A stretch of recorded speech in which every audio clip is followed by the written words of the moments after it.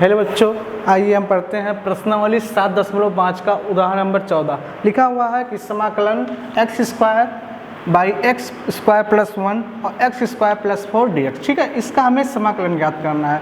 तो सबसे पहले देखिए, जहाँ x स्क्वायर लिखा हुआ है इसको मान लीजिए y, तो लिखते हैं माना x square equal to y। तो जहाँ जहाँ x स्क्वायर है वहाँ वहाँ y हो जाएगा। तो y बाई y प्लस 1 और y प्लस 4 और dx। ठीक है, अब इसको हम पार्शियल फ्रैक्शन में से तोड़ेंगे।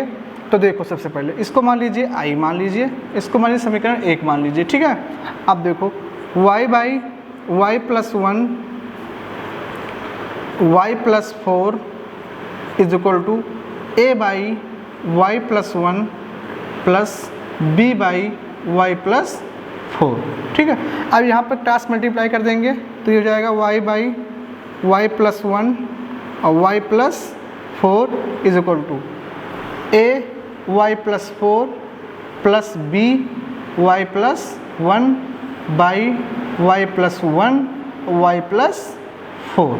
अब देखिए बहुत ध्यान से, ये इससे कैंसिल हो जा रहा है, बचेगा क्या यहाँ पर y is equal to a y plus 4 plus b y plus 1। ठीक है, अब देखो इसको मान लीजिए समीकरण 2 मान लीजिए। अब यहाँ पर एक बार रखेंगे y की value y plus 4 equal to 0, तो y इज इक्वल टू हो जाएगा -4 और y plus 1 is equal to 0, तो y हो जाएगा -1। एक बार रखेंगे y की वैल्यू -4, एक बार रखेंगे y की वैल्यू -1, तो रखते हैं, देखते हैं क्या मिलता है। तो y की वैल्यू रखेंगे -4, तो -4 is equal to a -4 plus 4 plus b -4 plus 1। अब ये हो जाएगा 0 पूरा टर्म, क्योंकि 4 कैंसिल हो जाएगा, बचेगा यहाँ पर -4 इज इक्वल टू b, -4 और प्लस हो जाएगा -3। ठीक है, और -4 इज इक्वल टू हो जाएगा -3b और माइनस से माइनस हो जाएगा कैंसिल, तो b का मान आएगा 4/3।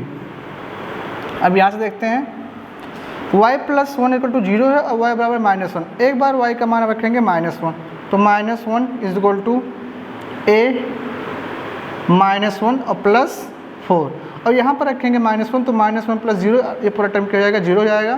तो -1 इज इक्वल टू a और 4 -1 बचेगा 3, बचेगा यहाँ पर a is equal to -1 by हो जाएगा 3। और a और b की वैल्यू हमें मिल गया है, उसको हम रखेंगे इक्वेशन 2 में। तो a तथा b का मान 2 में रखने पर तो मिल जाएगा यहाँ से y बाई y प्लस 1 और y plus 4 is equal to a की वैल्यू क्या आया है -1/3, अब बाई y प्लस 1 और प्लस b की वैल्यू क्या आया है 4/3 और बाई में क्या होगा y प्लस 4। ठीक है, अब देखो जहाँ जहाँ y माने थे उसका मान हो जाएगा एक्स स्क्वायर, तो यहाँ पर हो जाएगा x square by x square plus 1 और एक्स स्क्वायर प्लस 4, और समाकलन लगा देंगे और dx लगा देंगे, और इधर भी लिख देंगे -1/3 और इंटीग्रेशन 1/, y की वैल्यू क्या माने हैं एक्स स्क्वायर, तो एक्स स्क्वायर प्लस 1 और dx हो जाएगा, और यहाँ से हो जाएगा 4/3 समाकलन y की वैल्यू क्या है एक्स स्क्वायर प्लस 4 और dx। अब देखो यहाँ से इसका समाकलन करते हैं, तो -1/3 हो जाएगा, और 1/x square plus 1 dx formula होता है tan इनवर्स x का होता है, और यहाँ पर हो जाएगा 4/3। अब देखो यहाँ पर लिखा हुआ एक्स स्क्वायर प्लस 4, तुम्हें पता है कि अगर x square plus a square में लिखा हो dx, तो इसका फार्मूला होता है 1/a tan inverse x by a।